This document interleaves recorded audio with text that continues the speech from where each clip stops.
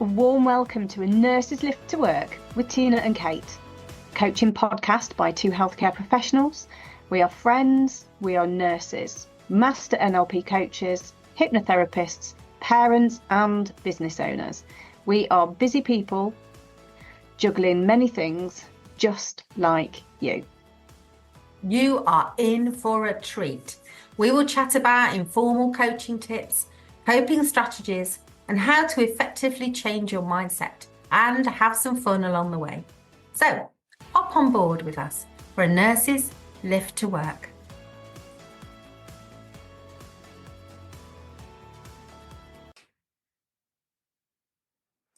Hello everyone, I'm Kate. And I'm Tina. And this is A Nurse's Lift to Work, and here we're going to introduce to you our beautiful guest, Gina. Off you go. That's me. I don't know about the beautiful, but thank you. Always beautiful, Gina, always. So, please introduce yourself to our listeners. Tell us a little bit about you, about what you do. Okay, so yes, I am Gina, after Gina Lodger-Bridger, but that's another story, nothing to do with me. That's up to my father. Been in nursing for 35 plus years. Yeah, qualified in 1987/8. So way back, way back. So let's start before that though. Let's tell you a little bit about me. Okay, so born in London, grew up in Northamptonshire, so had a fabulous kind of upbringing. A bit odd when you think about it. I did all sorts of weird and wonderful things, played in a brass band, did ballroom dancing, went off in caravans.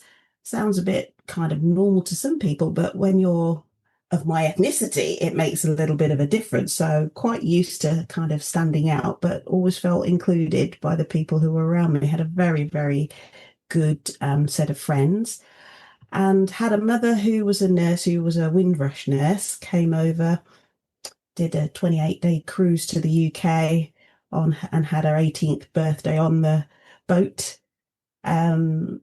Mother cried at the dock, said, "What are you doing?" She said, "I'm going to be a nurse." And off she came to the UK shores. Started in London and ended up in Northamptonshire, and that's where she met my father. And they got married, and my mother was SEN, SRN, midwife, district nurse, health visitor. She did it all, and really kind of was my hero. So got used to driving around in the back of her little Ford Escort as a midwife, just sitting there while she would just do a delivery and then I'd come back out, that type of thing. And said, I kind of like this. And at school made a kind of choice as to what I was going to do, whether it was going to be teaching or whether it was going to be nursing. And I said, well, I'll do nursing because back in the day you got a lovely dormitory room, nice, and you got paid. So said, and I could live away from my parents. So went off to sunny Essex, did my training down there. And again, had a great group of nurses I kind of worked with and qualified. And then I was with my husband, well, with my fiancé at the time, but then husband, and moved up to Buckinghamshire and started off in ICU. Never worked in ICU before. Don't understand how I managed to get the role, but I did. ICU, cardiology ward. Internal rotation kind of half killed me. Could not kind of do night duty. It really didn't work very well for me. And decided to do, I saw this job in Milton Keynes where I was for a practice nurse. Said to my mum, seeing this job 9 to 5, Monday to Friday. I think that's what I need to do. She said, I said, what does a practice nurse do? She said, they just do a bit of ordering. They don't really do very much. So it sounds a bit cushy to me. I'm going to do it. So I went off, joined this practice, awesome practice, the first paperless practice in Milton Keynes. So all computerized, knew nothing about how to use a computer at the time. But thank God, again, my mother had been involved and made me do typing at college when I was doing my pre-nursing course, so I could at least use a keyboard quite quickly. And that's where it all kind of started, and I've been in kind of primary care, public health since then, but also was fortunate enough to be able to work over in the Caribbean for kind of 15 years. And that, again, is another kind of element to my role. So I've done aviation over here. I've been a teacher, lecturer, practitioner. So wrote one of the first practice nurse courses that was kind of a degree diploma level, and did aviation at Cranfield. So part of the big Airbus evacuation trials, which was kind of awesome at the time. And so every time I see one, I think I had a little bit of an input into that. That's really nice. And as I said, then went over to the Caribbean and was a teacher over there, and eventually rose to the heights of being a chief executive of a charity. So that's it in a nutshell. Okay. Amazing. And I'm a locum and very proud of it now. Yeah. I mean, when you talk to nurses who've been around a few years, Gina, it never ceases to amaze me, like the journey of their careers. I mean, it is, when you begin to be a nurse, when I started at 18, I had no idea where it would take me. No. You just do not know, do you, where it's going to take you? And it is one of those careers that just has 1,000 options, if not more. Yeah, and listening to you and your mum from that Windrush generation, just everything she packs into a career, let alone that legacy for you. Amazing. Yeah, there's so many different opportunities that I don't necessarily think the nurses coming through are aware of. Absolutely. Really? Absolutely. Yeah. So in a sense, that's why kind of Hayden's been a bit born out of that, really, as well. It's that I grew up with, my nursing growth. I was around pioneers, as I call them, of the day, in that general practice, to be fair, my mum was a bit right at the time. Often practice nurses often used to be the wives of the doctors, so they would do a little bit of ordering, etc., and the odd, dressing and that type of thing. But then it evolved, and the individuals around me that I got to know, because I did my nurse practitioner course, so I met the likes of Barbara Stilwell, who's kind of an incredible icon for me, who, she talked about primary care. She was very linked to the American system, so she knew what nurse practitioners did. And OSCEs, that was a new thing for us to have to go through all of that when we were doing our course. And the likes of Monica Tetishall, as she was at the time, but Monica Fletcher, she kind of wrote the handbook of practice nursing.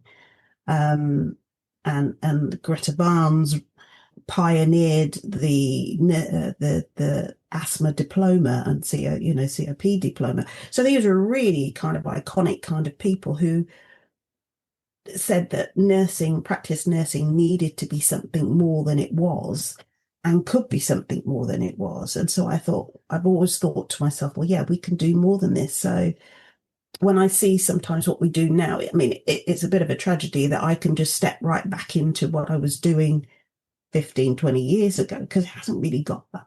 It hasn't moved further forward.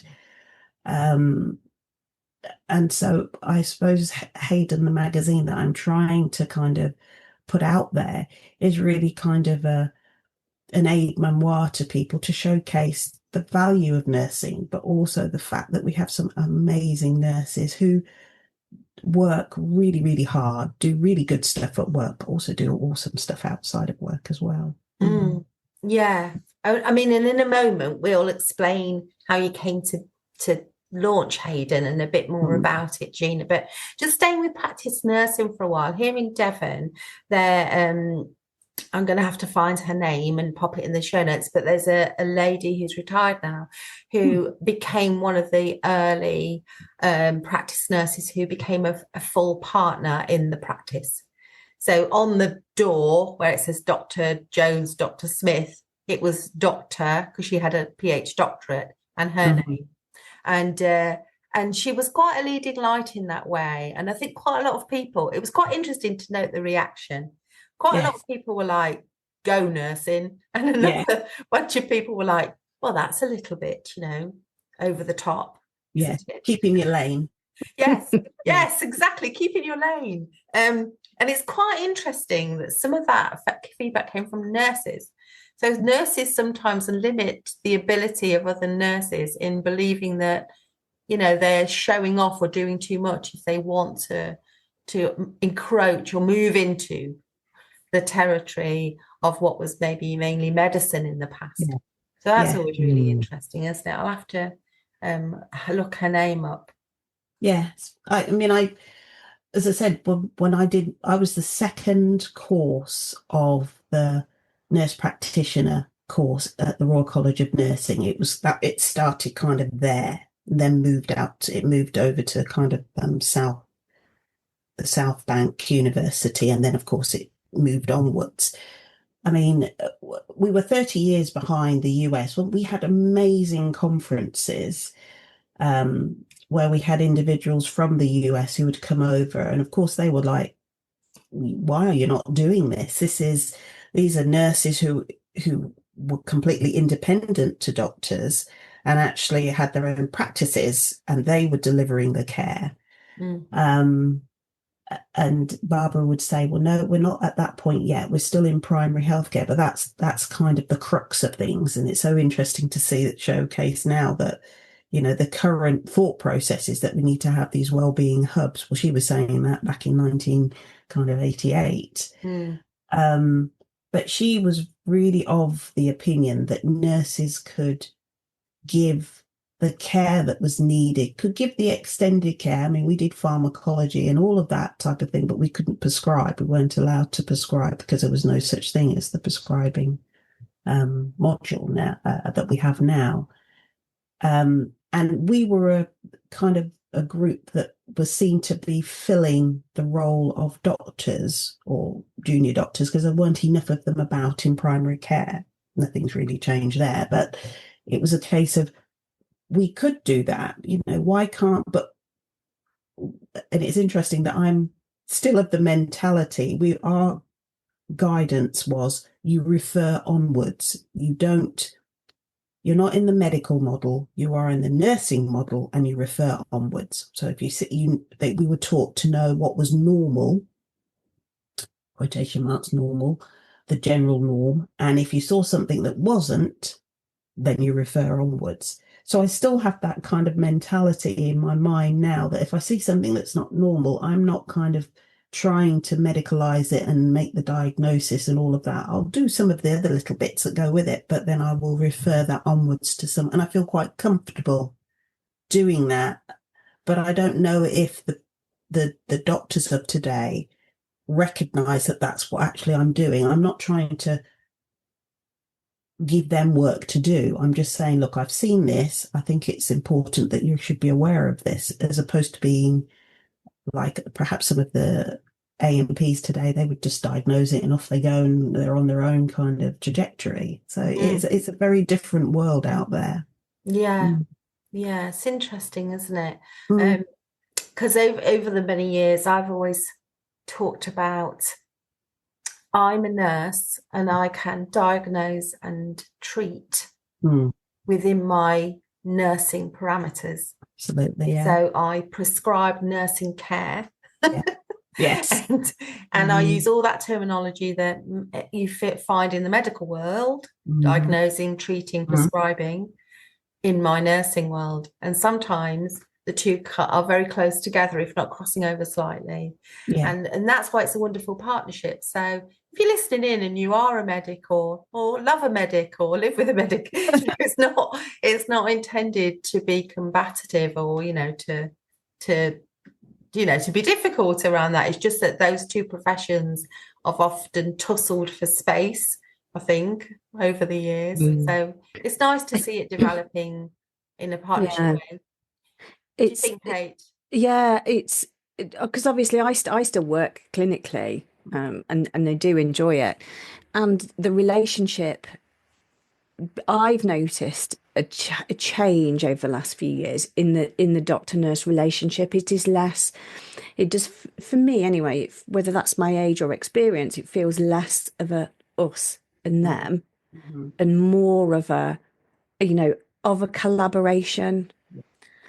Especially when you've got experience and you see similar things over and over and over again. So you pretty much, as a nurse, you know what's going on, you know what needs doing, and you can do the do. Yeah. And then when the doctor comes and said, we need X, Y, and Z, we can go, well, it's done, it's all good.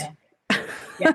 You And put it on the plate for them. Yeah, and I do think that it's an intertwining thing, and as we grow professionally in our roles, we will see that more and more. Especially when it comes time for changeover. Yeah.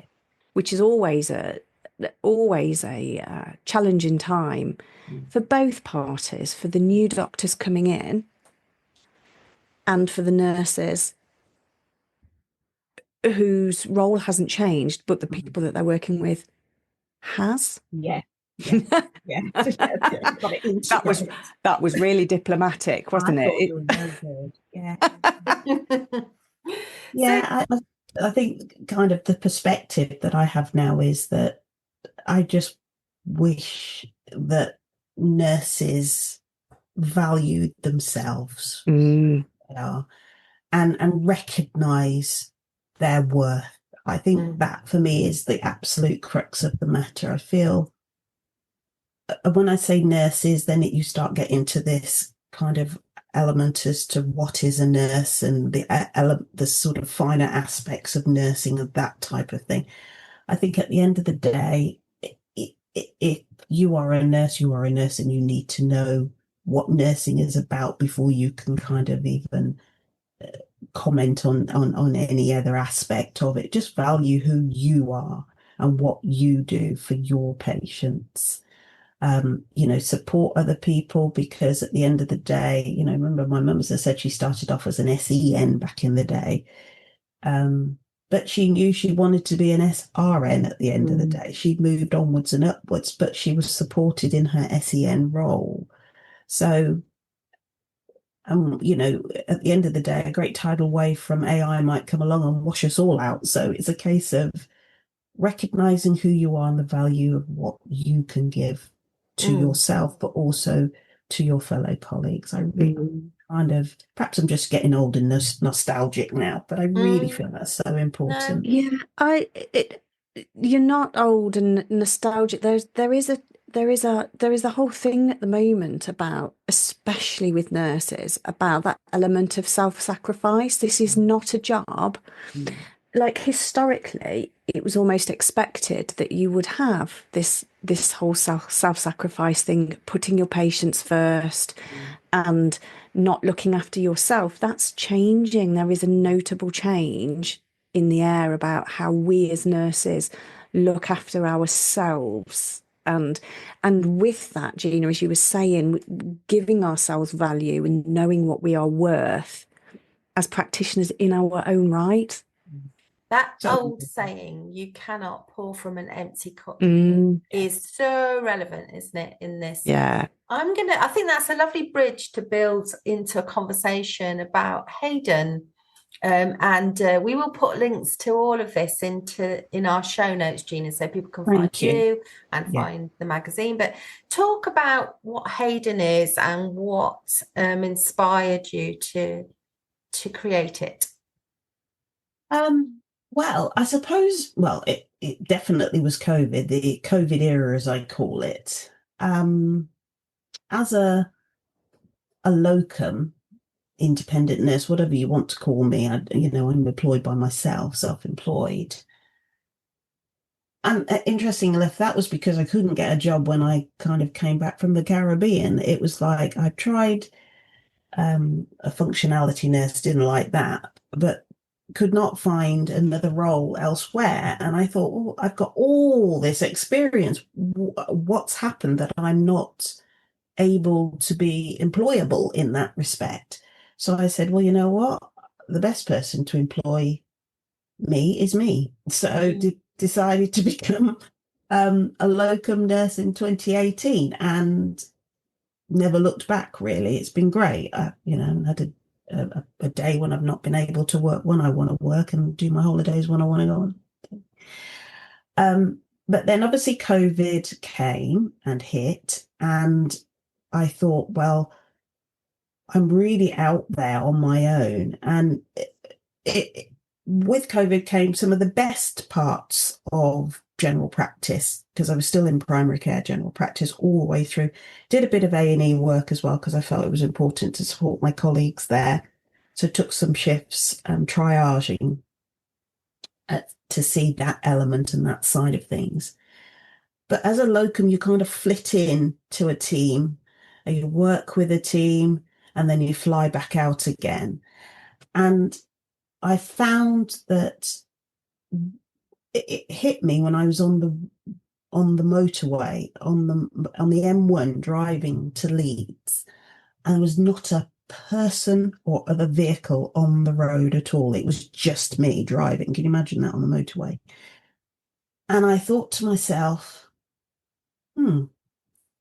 nobody's kind of looking out for me at all. As in, everybody was kind of, oh, if you've got COVID, you've got to do this, but nobody kind of had that light on me at all, which is fine because I'm a locum, there's no expectation. But again, walking the streets of Leeds and not seeing kind of a rat on the street, it was incredible. I thought, well, no, again, nobody's kind of looking at, not that I'm selfish and wanted anybody to, but it was like, who do I talk to? Who do I have a family that is worried about me going into work, because as I said, I never stopped working through COVID. And that conversation never really occurred about their fear for my well-being and my well-being, my fear for their well-being when I would go home. So I ended up staying in hotels, a lot of hotels, to keep my distance, to make sure that they kept themselves safe and I kept myself safe in a way. And meanwhile, I was also doing my master's degree at the same time, but I was doing it in something completely different to nursing. I decided that that's what I wanted to do. So I did international events, nothing to do with nursing, but absolutely loved it because I'm a bit of an eventer. And at graduation, obviously we were allowed to have our graduation at the end of it was a year later, but we were able to have the graduation. The Vice-Chancellor said, it's all everybody was just so happy and you have your family and everything like that. And the Vice-Chancellor said, you are all graduates. You have all learnt something. It is all important. Whatever it is you feel you need to do, you need to go out there and do better. Do better because you have invested in yourself and it's now time to invest in others. And it didn't kind of resonate with me at the time because I was just so excited about graduating with the gown and the water and all of that. But then I drove to, where were we driving? Driving back home to see my dad, I think it was.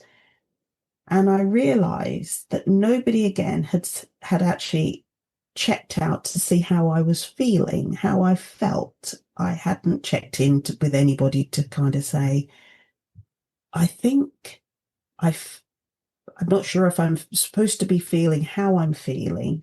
I wasn't depressed or anything, but I just wanted to make sure I was feeling okay, if that made sense. Bearing in mind we'd gone through this massive pandemic. And I said to myself, I wonder how other nurses feel, because obviously there are lots of locums who would have been working and doing that. And the name just came to me, Hayden, and it stands for How Are You Doing, Every Nurse. And it was just like, I've got to do something. This is what I have to do. Don't know how I'm going to do it, but I'm going to try and see if I can do it. And I thought there must be lots of other nurses out there who feel similar to the way that I feel, that it's kind of like almost like a shock, a post-traumatic shock of what's just happened, and you've just worked all the way through it, studied all the way through it, got through it, survived it, and nobody's kind of checking in on you because obviously agencies, you're kind of a standalone distance from them. So there's no necessity for them necessarily to check in on you. You're self-employed, but it's hard to check in on yourself. So I said, and I love to write. I've always been a writer. I love to write. And then again, the event element of me likes to craft things and design things. So I said, well, I could try creating an app for nurses, a wellbeing app for nurses.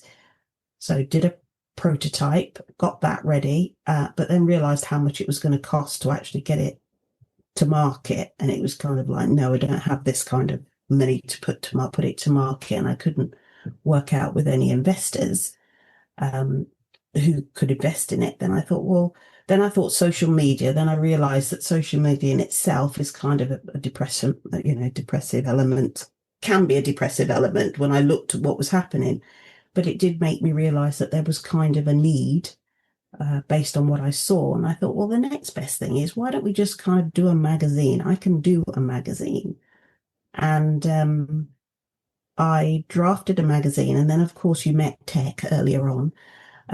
He's great at doing graphics and all of that type of thing. So I write, he does the graphic. Well, I basically tell him what kind of pictures I want, and he does the design. And we came up with the magazine. So we did the first one called Around Recognition. So each magazine has a theme, and then all the stories within it have a part of that theme, because again, that gives me something to focus on. And I thought, well, if I can write a dissertation or a 3,500 word essay assignment, I can write a magazine. And that's what I did. So Recognition was the first one. I put it to people to see what they thought, and they liked it, etc. All out of my own funding, I hasten to add. And then I did one last year with the practice nurses around me, because again, that's who I know. And they liked it, and the individuals who found some really interesting people about what they do, etc., outside of work. And then it's taken this long to kind of put it together, because it's not just about writing the magazine. There's all the marketing, and then what happens with emails, and then what happens with subscriptions, and what happens with finances. So you have to kind of tailor your expectations to know that this is not going to happen overnight. And Tech's very good at that. He's always telling me it's not going to happen overnight. You can't expect it to just fly overnight. But it's been a great journey, and that's where we are at the moment. We're now in a position to have the quarterly magazine coming out, and I've got all of my themes for the next 2 years, so I know what I'm doing. Brilliant. Yeah. So long story, but that's where we're at. No, it's fantastic. And I think, to have something that's for nurses, but about a bit more holistically for nurses, a bit more about the world of nursing. I mean, lots of nurses are really interested in what other nurses do in their spare time. Some nurses have what Kate and I call side hustles. Hustles, sorry, I should say hustles. So yeah, it's all that kind of, just embracing the big family of nursing and all the holistic things that happen in it. We'll have to introduce you to one of our podcast guests called Vicky Atkins, who is, as her episode will have gone out by the time people hear this episode, but Vicky is a newly qualified nurse who's trying to get signatures on a petition. So, there are nurses in all sorts of places doing incredible things over and above their day jobs, really. Yeah. It was interesting as well, because as you were talking about, because obviously, you are still on the register, you are still nursing, but I wrote down nursing outside of nursing. Yes. Because increasingly, Gina, like you, Tina, myself, it's more than the clinical. It's more than the clinical work. It's more than working in a department. It's morphed. Nursing has morphed into something else. And actually, it's about time that we shouted from the rooftop that it is okay to nurse in a different capacity. because we are amazing, amazing people. And I sometimes get frustrated. Now, do I get frustrated? I'm aware that you have all of these awards and things for all these amazing things that nurses have done in a typical nursing capacity. But actually, what about everybody else like yourself who's raising awareness in different things or doing things off your own back? Yes. Well, maybe. Sorry, I'm just thinking maybe there's a conference in here somewhere, because if you look at the nursing awards, they are very mainstream. You get Student of the Year, you get Best Acute Nurse. You probably have got something for primary care, Gina, and community. Yeah, it's not as prevalent as the acute sector possibilities, but there isn't really anything for this other section of nursing, like the kind of things that we're all involved in. Maybe there's a conference in here somewhere. I think there is. I think there is, and that's why I try very much to have a business element in the magazine. Not that I'm again trying to advocate for nurses to leave the NHS, but that, like exactly as you said, there are so many nurses who work outside of the NHS. I think in most people's mind, if you're a nurse, you must be working in the NHS. Yeah. What about all the people in the private sector? What about all the people who are school nurses who are not in the NHS per se? And then when you delve into it, for me, then that became a bit of a time, kind of a bomb, because I'm trying to find all these people. But then what about the social care nurses? They're not within the NHS. They're in social care, but they're, governors or directors of social care placements, etc. More nurses actually, it's kind of close when I looked. It depends on what time of year you look at it, but kind of almost half and half. More people kind of work outside of the NHS, and we are forgotten. We are absolutely forgotten. I feel that we're forgotten by the powers that be, that our governance, I'll just put it in that parameter for diplomacy, that our governance structure and our kind of insurance structure forgets often that we exist and what we do and what we contribute. But having been the chief exec of a charity, which was a clinical charity, a heart and stroke charity, I was there because I was a nurse. I could understand. There's nothing they could pass over me that I didn't understand. The doctors would be talking and I would say, yeah, okay, I understand that. Yeah, we need to do this and how we need to do it. Financially, I could do the accounts quite easily, that type of thing. Had some, and I could hire and fire. I knew all about risk assessment. I knew all about team away days, structures, all of that kind of thing. All because I was a nurse, because I'd had that exposure. I knew about protocols, guidance, writing business plans, all of those types of things because I was a nurse. Yeah. And so I had no compunctions, kind of an old-fashioned word, but no hesitation in doing this, because I felt I had the skill set to be able to do it and know that as I said, there are elements like social, as I said, the social media aspect, and that's just because of my age and because I'm generally not that kind of person, but I can write and I can do all of the things I need to do for the magazine, and I can find somebody else to do the other aspects that I can't do. Yeah.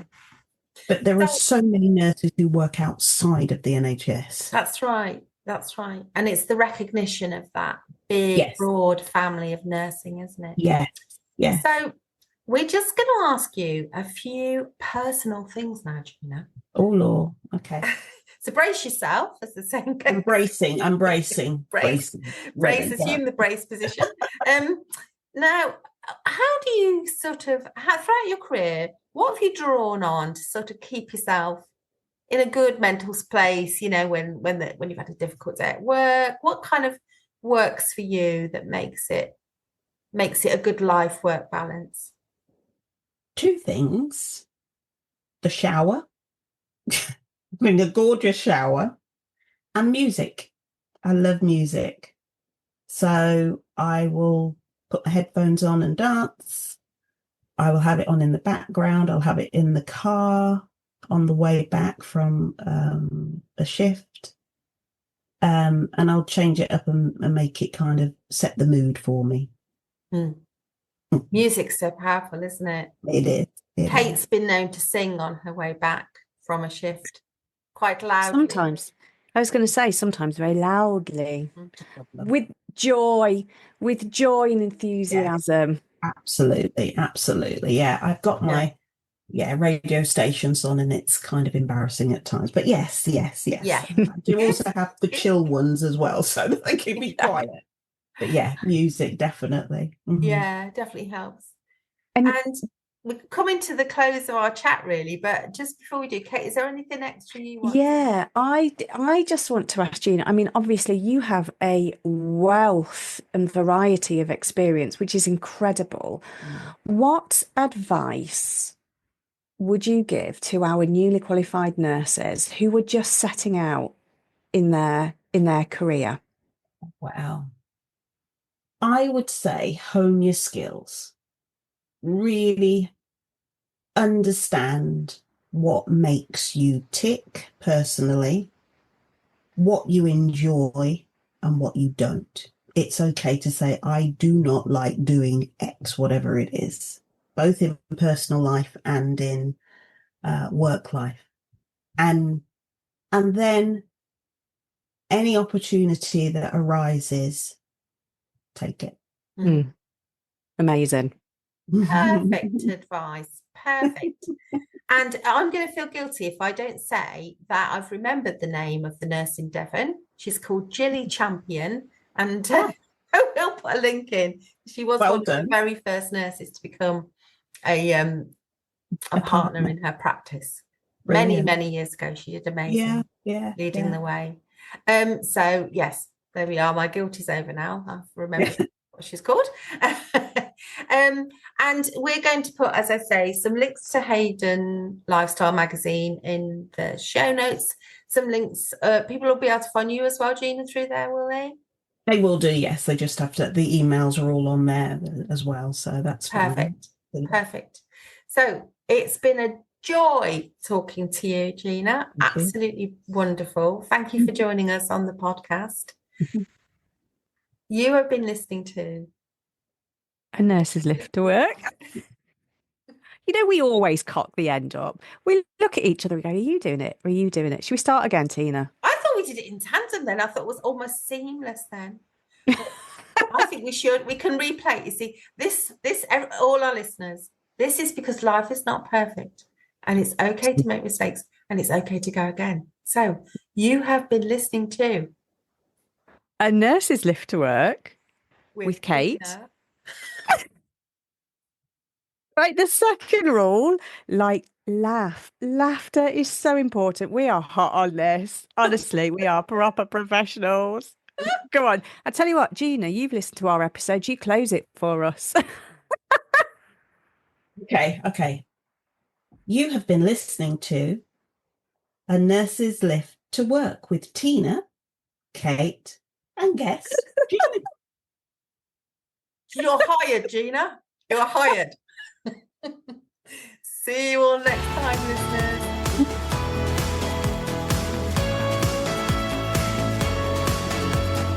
You've been listening to A Nurse's Lift to Work with Kate and Tina. Please remember, this is not a replacement for medical treatment or help, so do seek assistance if you need to. Thank you for joining us. Please do like, subscribe, give us stars, like and share with your friends and colleagues. All the good things.